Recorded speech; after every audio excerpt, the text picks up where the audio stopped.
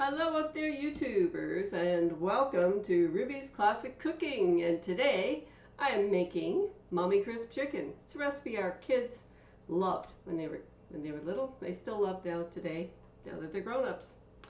It's really simple and easy, and a fabulous way to prepare chicken in your oven in an hour. Makes a lovely crispy crust. Anyway, let's show you how to do this. First thing I do is I take a cookie sheet, one that's got those sides on it, and it's 10 and a half by 7 or 9. Where's the measurements on this stupid thing? Okay, it's that's in centimeters. 38 by 26 centimeters and 9.9 centimeters deep. In inches, that is 15 by 10 and a quarter by 7.5 inches deep. You can get them a little bigger than that, but that's a good size for 4 pieces of chicken today. And I put foil on top of it because that saves me a long time with my cleanup. Let me tell you, half an hour scrubbing at the cookie sheet is not my idea of a way to spend my time. So next, you can put parchment paper if you don't have foil.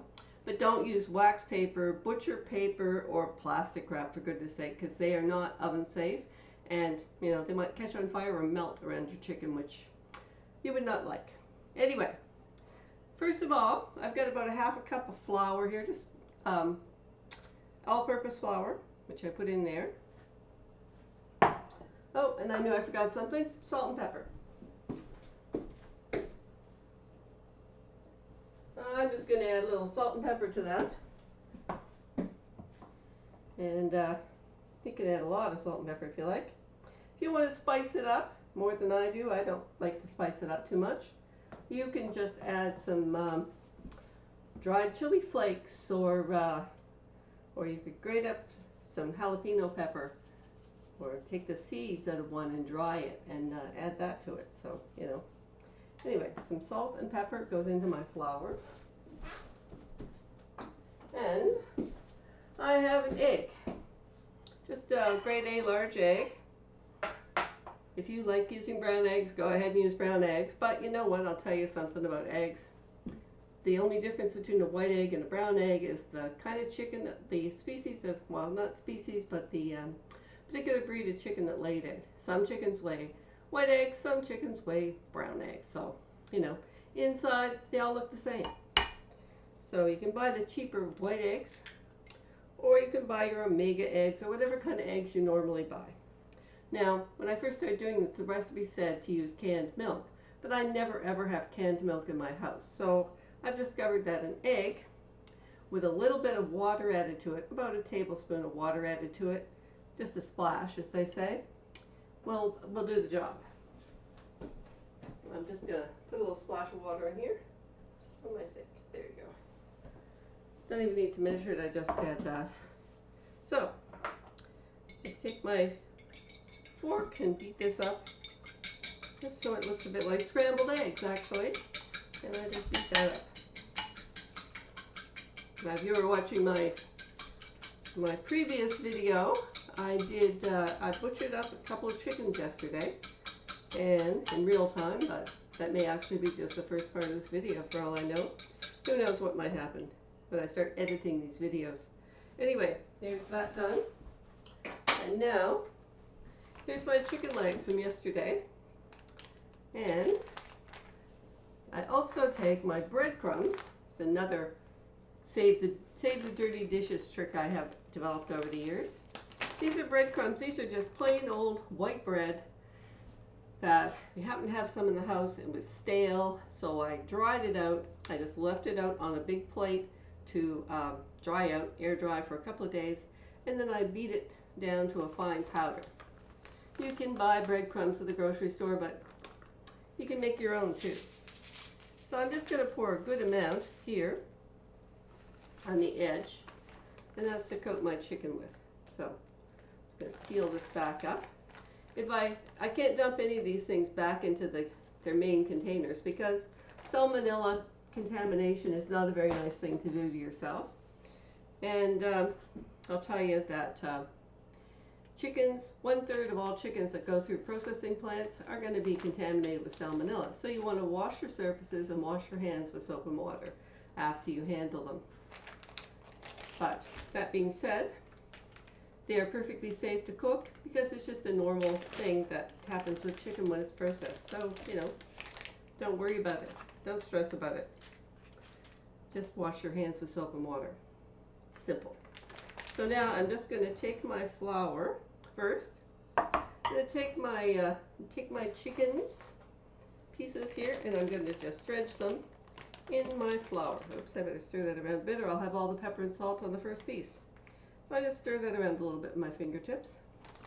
And now I make sure to cover it all. You notice I've got the skin on this chicken. And that is the part I'm going to make sure I put up when I put this in my pan.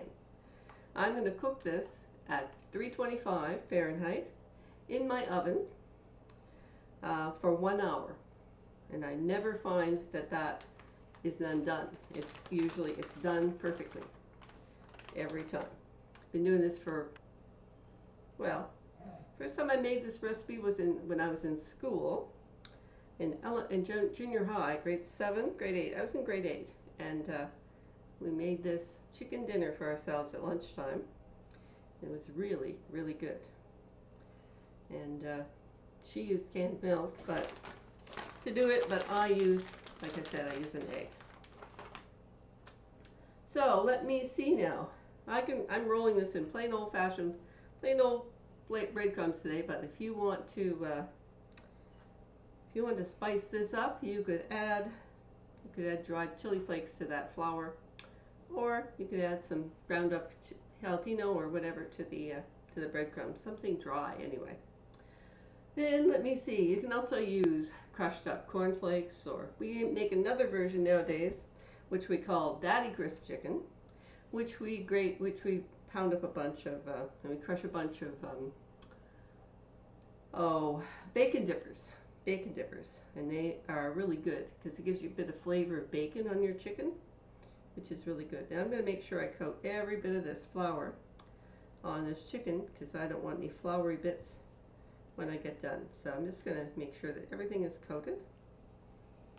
You can use chicken breasts for this. You can use whatever kind of part of the chicken you like. If you only like to eat chicken breasts, that's fine. You can do chicken breasts like this. But today I have chicken thighs and chicken drums, and that's what I'm using. And this recipe is very versatile. I mean, this is a generous portion for 2 people. We will probably, have leftovers for tomorrow. So I'm going to do 4 pieces of chicken, but we'll probably each only eat 1. And then we'll save some for lunch. And if I were to cook a chicken breast in here that we didn't eat, I could take that meat tomorrow and make a sandwich, take it off the bone and chop it up and use it for a sandwich tomorrow. Or make it a chicken salad sandwich out of it, or chicken casserole, or put it in a wrap, or make chicken fried rice out of it, which isn't really in any way related to the chicken fried rice you probably pick up at the takeout, but it's very plain and very easy to make. And if you're hungry and you want something in a hurry, you're not going to worry too much about how ethnically pure it is, because it's not. It's my mother's recipe, and really, well, it's got soy sauce in it, but anyway. So, okay, so now what else do I need to tell you about this recipe? Not a whole lot. That's 325 Fahrenheit. That's 163 Celsius, if any of you need to know that. Here in Canada, we have a very strange system, which we don't really think is strange at all until you stop and think about. If you ask a Canadian, how tall are you? They'll say, I'm so many feet tall and so many inches tall. If you ask a Canadian how much they weigh, they'll tell you, I weigh so many pounds, whatever, If you go to a grocery store to buy meat, it's sold by the kilo. But there'll be big signs all over everywhere saying it's $3.99 a pound or $4.99 a pound or whatever on special. And it's so much a kilo. But when you actually get to the checkout, you pay for that by the kilo, not by the pound. So it's very odd. And you really need to acquaint yourself with how much that is per kilo. How much $3.99 a kilo, or $1.99 a kilo for a pound, for example, is $4.39 a kilo. So when you pick up your package in the grocery store of chicken, say, and it's on sale for $1.99, on the label of the package it should say $4.39 a kilo. Because if it doesn't, it's not priced correctly, or they've got it in the wrong, they've accidentally put it in the wrong section, or whatever. Particularly important when you're buying hamburger. Because sometimes sometimes things accidentally get put in the wrong compartment, and you pick up medium hamburger when lean hamburger is on sale, and the medium hamburger is actually more expensive than the lean hamburger. And you get it home and you think you bought the one that was on sale because the big sale sign was over top of the display, but guess what? No, you didn't. They got you at the grocery store. You win, you lose. So, you got to be careful. That's a part of watching what's going on around you in the grocery store. Wearing your reading glasses, having your phone with your calculator app out so that you can check on them. So, I'm going to bring these breadcrumbs over here because I have quite a few more breadcrumbs here that I need to make this recipe. So, I also have some of this egg left. So you know what I'm going to do? I'm going to take my egg and I'm just going to pour it over my chicken pieces here, because I can't put this back in anywhere. I'm just going to be wasting it. So I'm just going to put it on here to make for a thicker and crispier crust. So now I'm just going to take this, my dry hand, I'm going to sprinkle that over top of that. Well, I can have extra crispy chicken. And this turns out to be, when it's baked, my kids liked it as well as they liked Kentucky Fried Chicken, I can tell you. They really enjoyed this chicken. We all enjoyed this chicken. There, and that's a very quick, easy, economical meal, because the chicken that this came off cost me $11. And this is two legs and 2 thighs off of one chicken. So $11.50, about $11.50, and I still have all the breast meat. I still have the wings, all separate. So this is probably about $5, $6 worth of meat here, and that's 4 servings, or 4, 2 servings, 4 servings, depends on how much meat you like to eat. And if you are feeding more people, and you want to put 6 pieces or 8 pieces on this tray, you can fit 6 pieces or 8 pieces on this tray. But you want to put them single layer like this and spread them out a bit if you can. And this is going to cook in the oven for 1 hour. You don't have to look at it, you don't have to tend it, you don't have to do anything except wash your gooey hands off now that you're done, and put the bowls into soak, or put them in the dishwasher, and you're done for an hour. So anyway, I'm going to turn on my oven. I'm going to turn my back to here. I'm going to turn on my oven. I'm going to put this in the oven, and I'm done. Then I'm just going to do my vegetables. I'm going to take some frozen mixed vegetables out of the freezer, pop them in a bowl, pop them in a pot, put them on the stove. When it gets to be about 10 minutes before the chicken is done.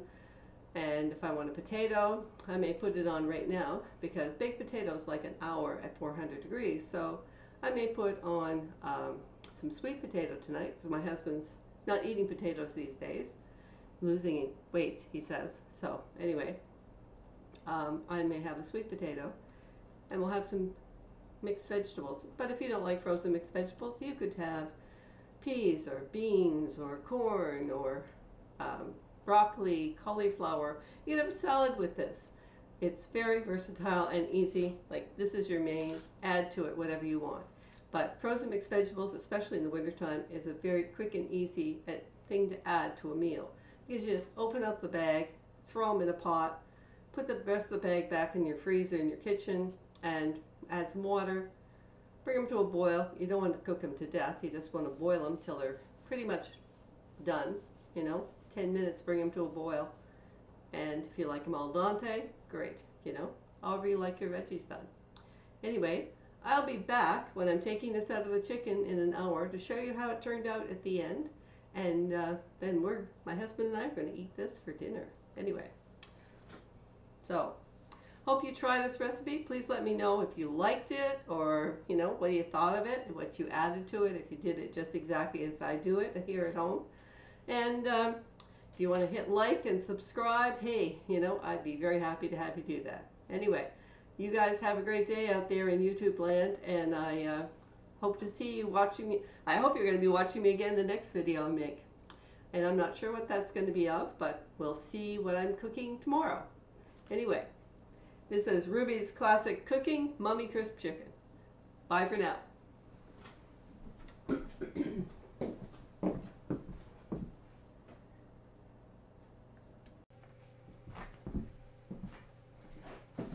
Alright, welcome back YouTubers. It's now been an hour thanks to the magic of video editing. And here is my Mummy Crisp Chicken, all cooked up and ready to eat. Look at that, 1 hour in the oven, 325, 163 Celsius, 135, sorry, 325 Fahrenheit, sorry, can't even talk right. So excited to eat this chicken, I can't even talk right. Anyway, so I'm just going to dish this up off of my foil. See why you need the foil, because it kind of sticks to the foil and makes it a little bit hard to get all that crusty goodness off. At least it's not all glued to my pan. So here's a nice chicken thigh. Oh, did I mention that you have to put the skin side up? And this is why, because here's all your nice crispy skin underneath this nice crispy crust of breadcrumbs. Yum. 1 drum and 1 thigh per person in my household, and maybe we won't eat both pieces of chicken. We'll just put them, we'll just eat them, put them aside for lunch for later. So here you go. Here's your nice crispy chicken thigh. And if you do chicken breasts, they'll turn out just the same as this. And now I'm just going to go get my vegetables and add my vegetables to this plate. I've got some mixed vegetables in the pot, which are getting ready to boil. And my nice fat juicy drumstick here, and they are cooked and lovely. Oh yes, I suppose I should cut a piece open here to show you how wonderful they look inside and how juicy and tender they are. So let me just get a knife, and I will cut one of these pieces open to show you just what yummy goodness is waiting inside. Crispy, yummy goodness in the inside. Crispy crust on the outside, yummy goodness on the inside. And I didn't open this oven or check on this chicken or probe it with a thermometer or anything else. So here I am with confidence cutting open my chicken and show you what's inside. See that? It's all cooked. Nice, lovely golden brown chicken right inside of there. See? Isn't that lovely looking chicken? And you just take this lovely crust off to eat separately. Put that one aside to cool so it doesn't burn your mouth, and there you go. Lovely deliciousness. Lovely delicious chicken. No raw anything here. Anyway, somehow my plate looks all messy and gross, but that's okay because I'm just going to sit down at the table and I'm going to eat. As soon as my vegetables boil, just 1 second while I bring over the pot of veggies to serve up some veggies. And I've got the California mix, I believe they call this, frozen mixed vegetables. Works for me. And I have half a sweet potato for me because my husband, like I said, he's off potatoes right now, so he claims to be watching his girlish figure. They're not quite done yet. I'll just boost those up so that they're boiling nice and hot. And once they're boiling, I'll put those right here in my pot. So that's Mommy Crisp chicken, and I hope you try that at home, and I hope you enjoy it just as much as we always did, and we're going to tonight. Yes. So snowy, stormy, gross night, and nice warm Mommy Crisp chicken for supper. So dinner, supper, whatever you call it in your neighborhood. We call it both here. We're not fussy. So anyway, I don't know if those veggies are going to cook. They're going to be hot enough for me to show you putting them on the plate, but you know what frozen mixed vegetables look like, so hey, you know, and you know when they're done. And if you don't, read the packet. It'll tell you everything you need to know in the package. Well, anyway, I hope you'll come back again and see my next video, which I'm not quite sure what I'm going to be cooking, but I'll let you know when I start out the next video. So I hope you like this one. So like I said before, you can press subscribe, press like, and I hope you leave a comment that you made this recipe and enjoyed it. So anyway, bye for now.